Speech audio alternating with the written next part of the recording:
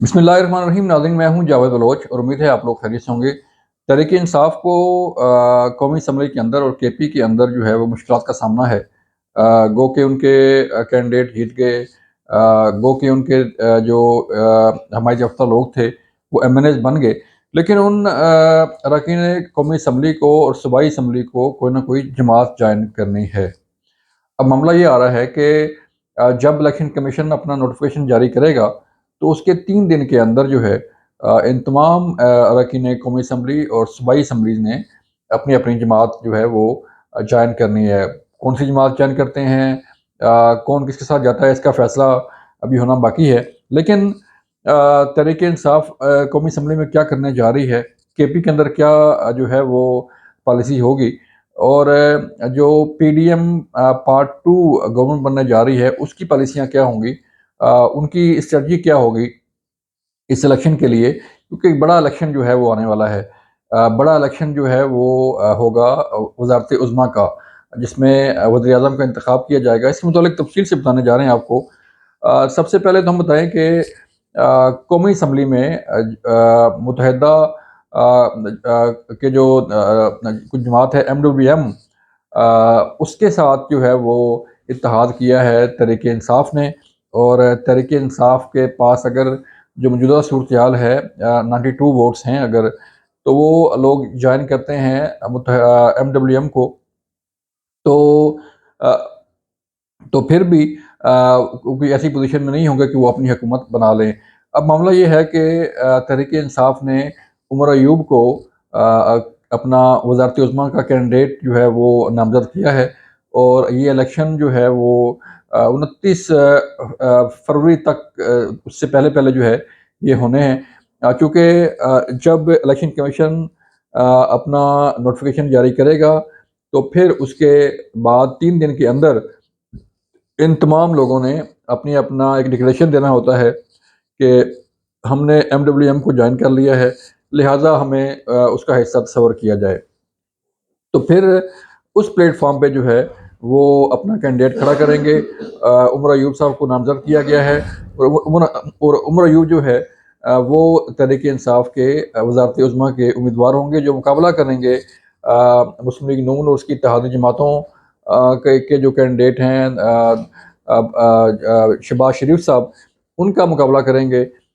फिर इसके बाद अगर हम देखें केपी की सूरत हाल, तो केपी के अंदर भी तहरीक इंसाफ को मुश्किल का सामना करना पड़ रहा है, क्योंकि वहाँ पर उन्होंने जमात इस्लामी के साथ इल्हाक किया था, जमात इस्लामी ने उन्हें छोड़ दिया, और अब जो है वो पीटीआई पार्लियामेंटेरियन के साथ इत्तेहाद किया जा रहा है, उसकी खबरें चल रही हैं, उनसे बातचीत चल रही है।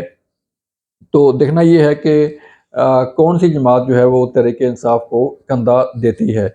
वहाँ पे गो के स्पीकर के लिए असद कैसर के भाई आकिब को जो है वो नामज़द किया गया है, और अली मीर गन्नापुर जो है वो ऑलरेडी वज़ारत आला के उम्मीदवार हैं जिनके वारंट गिरफ्तारी भी जारी हो गए हैं।